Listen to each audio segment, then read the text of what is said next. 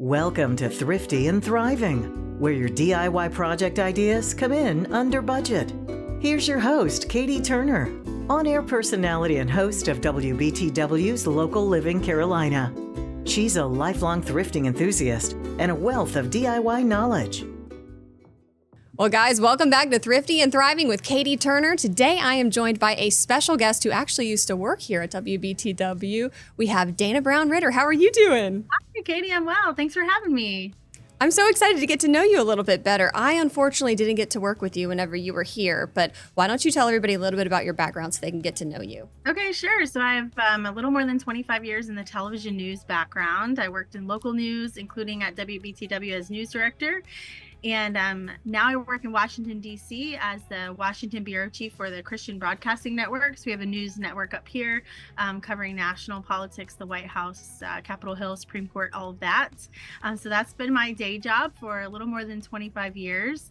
And then during the pandemic, I started a side gig reselling women's clothes online. And so I think we're going to talk about more about that today. But so that's a little bit about me. I'm married for almost 16 years and I have a 6-year-old little boy. Well, congratulations. Thank you. So how did this thrifting business start? You just started doing this on the side? I hear stories like that, but really, how did it begin? Yeah, sure. Well, I think you'd have to go way back to the 1980s when I was a kid because I always thrifted and went to garage sales with my granny. And so it was just very much a part of our life. She loved it. And so I think it's literally in my blood. My mom started a secondhand clothing baby store when I was a baby. So there you go. It's just continues to run in the bloodline. And so I have always thrifted and shopped on Facebook Marketplace and things like that for our own home. And after our son was born, I bought a lot of baby things, secondhand thrifting and Facebook and all of those kinds of things. And one day I came across this section of kids' clothes at a thrift store that were way too big for my son, and it didn't really make sense to store them for years. And I texted my husband. I said something like, "I could totally sell these, if I were set up for that." And he just on a whim was like, "You know what? You could and you should." And I'm like, "You know what? I'm gonna buy these." And I did, and I flipped them. And then I flipped some of my own stuff and I caught the bug. And so now it's 5 years later and I'm still doing it. And I've formed, an LLC, a whole business doing this on the side. So. And I heard you say a buzzword that we know in the thrift community, but maybe others don't know this, flip. What does flip mean? Yeah. So you might have heard of people flipping houses before. So basically you buy an item and sometimes you have to fix it up. Sometimes it's just ready to sell. I think a lot of people these days order things online and then are too lazy to return them and then end up donating things that are still new with tags or in really great condition. Maybe they bought an item to wear to one event and then they donate it. And so it's ready to go for the next person. So flipping is basically buying something at a low cost and then selling it at a higher cost until you're flipping it for profit. I love it. Well, what is your business called and what do you specifically sell now? Sure. My business is called Pennypacker Lane, and that is the name of the street that I live on. So I just thought it was a cute name, and so we went with that, and I mainly focus on women's fashion. I throw in a lot of kids stuff too that is mainly boys because it's just what my son has grown out of. And so I like to focus on things that have some kind of unique factor to them, whether that be vintage or some kind of handmade item, or I do a lot of boho styles, so free people, and then some I like to focus on sustainable fabrics if I can, so things that are linen, wool, cotton, those types of things. You're speaking my language. My language. I know I don't want to demonize polyester, but I feel like a lot of stuff is made from polyester these days. Yeah. And there's a big difference whenever I find something that was polyester from the 80s or 70s or 60s versus today. Yeah. Because today I feel like it will sometimes fall apart after 4 washes. You know what I mean? I would encourage people to do their research about what they're buying and where they're buying from, because trends come and go so fast and people want to buy the latest haul or, maybe something they saw from an influencer on Instagram and then they get rid of it, and it's happening so fast. The quality on the items is so low, and a lot of that is too low for resellers to make profit off of. And so those are the items that do end up in landfills. And unfortunately, because they're made of plastic, they can't break break down.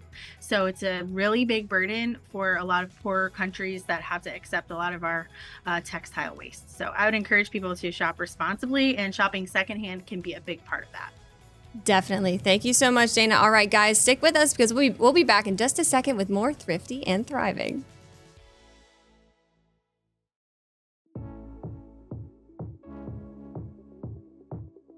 Alrighty, guys, welcome back to Thrifty and Thriving. I'm here with Dana. We've been talking about sustainable fashion and what she does on a daily basis, but I really want to know what that looks like for you whenever you walk into the thrift store. What is that like? Okay, sure. Well, I have two main thrift stores that I usually go to that are close to my house, and I pay attention to the sale days. So anyone who is just learning about thrifting, you should learn about the sales that are offered.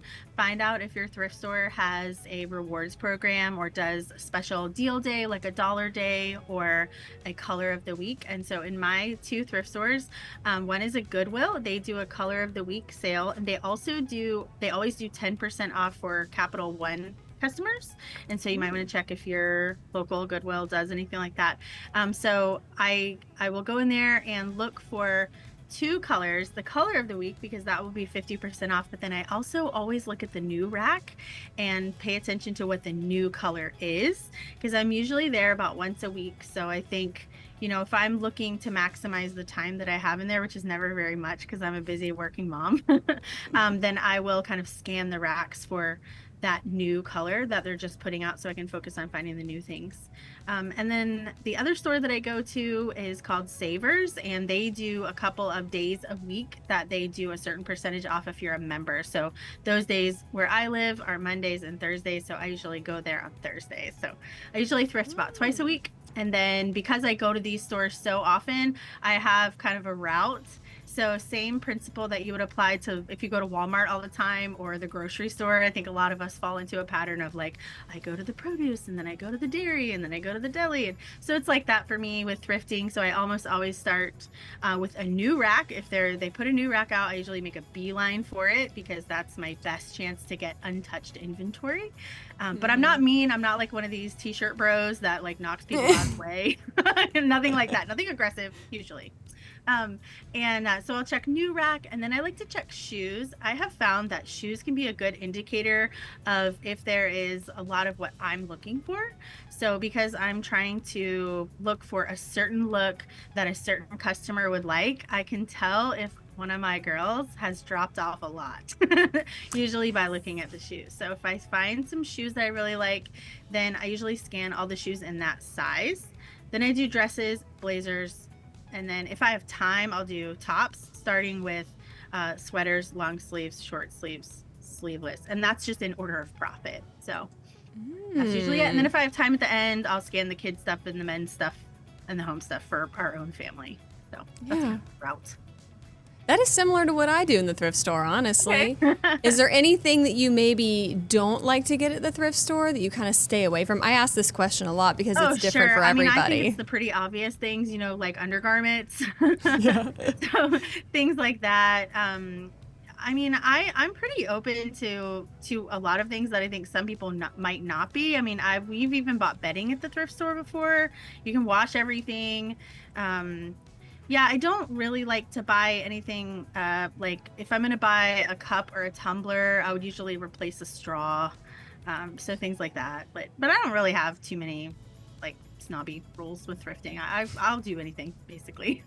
I love it. Well, I wanted to talk more about what the process looks like whenever you buy something and you get it ready for sale. Do you ever have to do repairs? What does that look like for you? I really try to look things over in the thrift store as carefully as I can to make sure that I don't have to make a repair, because I am terrible at that kind of thing, and I usually have to pay someone to do it, which would eat into the profit of the item. So it would have to be a pretty high-end item in order to be worth getting repaired, which I have done that before. One time I found a vintage Burberry trench coat, and it had a wool liner, and there was a little part that had to be sewn on the armpit of the liner, and I took that to a seamstress and paid for it. But that was I sold that for like $500. That's very rare that I sell something that high. So that had room, to make a repair like that. But I really try not to. And then everywhere I thrift has usually a 7-day return window.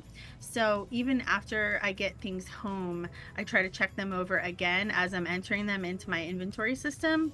And then if I find something at that point, I usually try to return it within that 7-day period.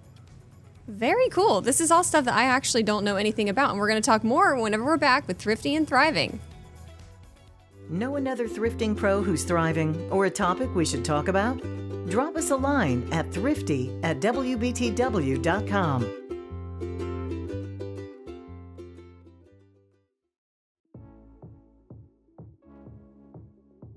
Welcome back to Thrifty and Thriving, everyone. I've been having so much fun getting to know Dana, a fellow thrifter, and you're truly an expert when it comes to reselling thrifted items. You were saying this earlier, talking about the different items that like make more money. What would you say is like the thing that makes the most money for you? I found in my business, it's usually shoes, especially boots. Those can retail for a lot of money. And it's another one of those things when it comes to women's fashion in particular, a lot of women have a lot of shoes. So they tend to not wear the ones that they do wear down that much. And so there's a lot of room for profit there. Another place that has good profit is outerwear. So coats, things like ski items, stuff like that. It's very expensive to buy. Again, people don't use it a lot, so it maintains really high condition value. So those are good. And then some dresses and some sweaters, but it really just depends because trends change a lot with those. So you have kind of a short window to make a really good profit on those types. Yeah. Do you ever thrift something and you're like, I really need to sell this because I can make a lot of money from this, but I kind of want to keep it for myself? Oh, I keep way too much. Yeah, what does your closet look like, Dana? Definitely like a borderline hoarding situation, I would say. Yeah, but a lot of times I will kind of cycle things through. So even over the last couple years, I was on a bit of a weight loss journey. And so as I would like go down in different sizes, I was just pulling things from my inventory and wearing them and then listing them. And so it's always, it's a circle. It comes in my closet or it goes into the inventory and it ends up on me at some point and then I sell it at some point. The other thing that is kind of nice for that from a business standpoint is when I buy something originally for myself and then I give it to the business, I consider that a zero cost of goods. So it's like, I'm donating to my own business for my own closet. I have more clothes than probably I've ever had. And my son, it's out of control. Like he has more clothes than he can wear where he grows out of them. Oh yeah, you said he's 6 years old, right? Yes. Yeah. Okay, does he give you a hard time on the outfits that you pick out, or is he cool with it? Is he a he thrifty really has kid? Very little feedback. This year, for the first time, I was informed around Easter that he does not wear pink. And so I got rid of the rest of the cute little pink things that I had for him, like some nice vineyard vines and stuff like that. But yeah, he doesn't want to wear pink. He's in a little bit of a camo stage, but he pretty much lets me dress him, thankfully, because I really enjoy that. And he always looks really cute. And he loves thrifting, so he's a good thrifter. He knows all the tricks. Teach him young, That's it, just like I did. And so my coworker that introduced me to you, Gwen, shout out to her again. She's always introducing me to the best thrifters. She gets stuff from your page as well for her son. Yeah. So tell me a little bit more about thrifting for kids. Yeah, thrifting for kids is super fun because it's really cheap. So for example, where I live, a women's top could be about $8, but a kid's top could be $2 to $3. And so it's a lot less to buy. And kids grow really fast, especially when they're small. They go through their clothing so fast and it's always really great condition. And so where I live too, there's a lot of really good kids items up here, like nice brands and things that I couldn't ever imagine paying retail for a child. That is just so far from what I would be willing to do, pay like $50 for a polo shirt for a little kid. I just can't imagine. So it's a lot of fun. But yeah, her son has actually she's bought a lot of items that were my son's. He's like just ahead of him. So yeah, it's fun. That's I so always sweet. love sending her things because it just feels like a connection for us. Yeah, definitely. Well, let's talk a little bit more about thrifting in your area, like some of the differences that maybe you've seen between DC and Myrtle Beach. There's got to be some differences, but you did mention Anthropologie or Free People. We have a lot of that here too. Yeah, I think Just like if you have been someone who goes to yard sales, you know that you can typically find nicer items in nicer neighborhoods. And so, in a big metropolitan city like DC, there's a huge concentration of wealth in a way that there isn't in parts of the South or different, parts of the middle of the country. And so, the people here make so much money and they drop their money on things. And they also move a lot. This is a really transient area. This would also apply to an area that has a big military presence where people have to get rid of a lot of stuff fast. And so they will donate it because they don't have the time to deal with it. We also have a really young population up here, and young people pay attention to trends. And so, if you have a college town or, a place that has, a lot of concentration of young professionals, younger people are more likely to not want to have a lot of excess and get rid of things often. And so I think that serves this area really well. Very much so. All right, guys, stick with us. We have more Thrifty and Thriving coming back right after the break.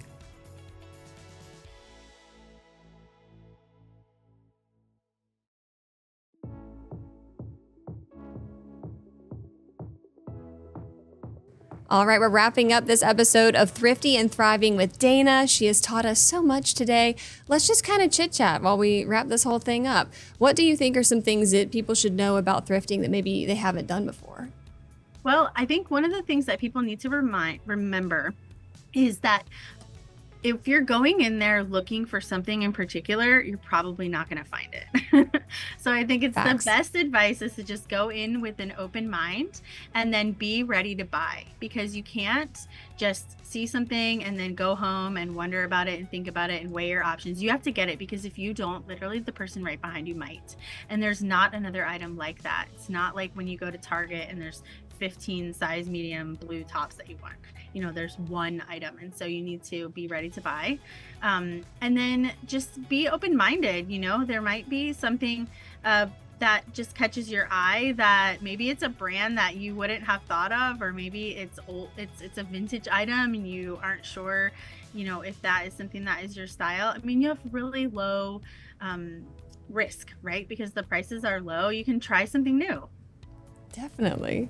What's the craziest thing you've ever found thrifting? The craziest thing I've ever found was in the pocket of a wool, I think it was like a wool cardigan.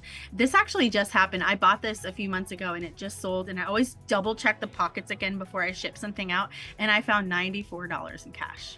You're kidding. And a concert ticket stub. That's amazing. I actually had never heard of the concert. It was something in Europe.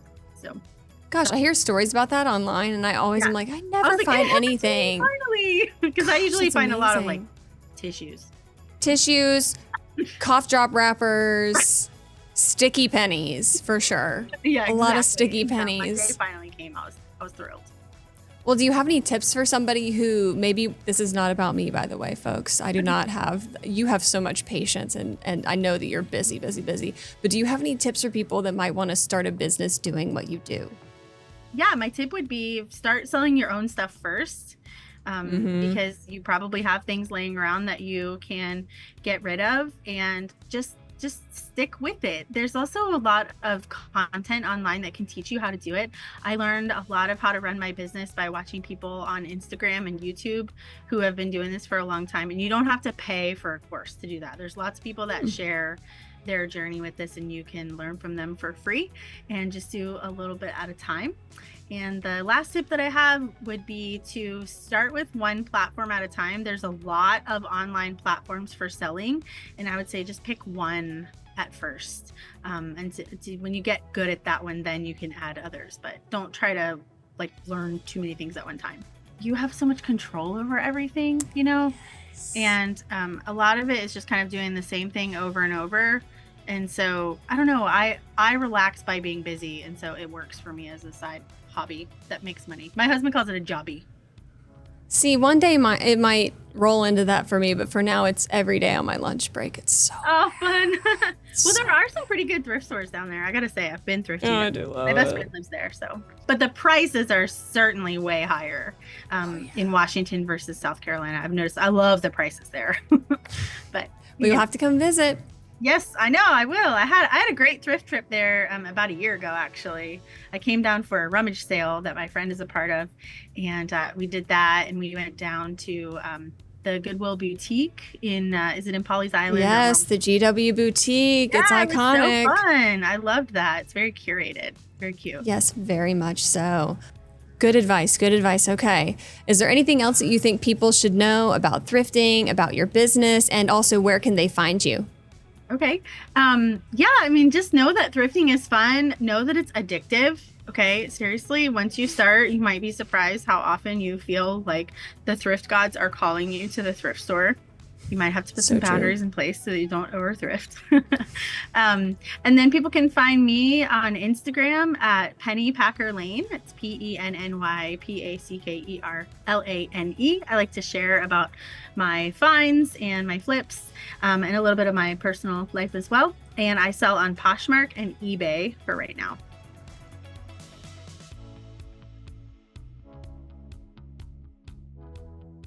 Thanks for watching Thrifty and Thriving with Katie Turner. Join us again tomorrow for another episode of advice, cool ideas, and DIY projects you can do yourself and around the home. Know another thrifting pro who's thriving or a topic we should talk about?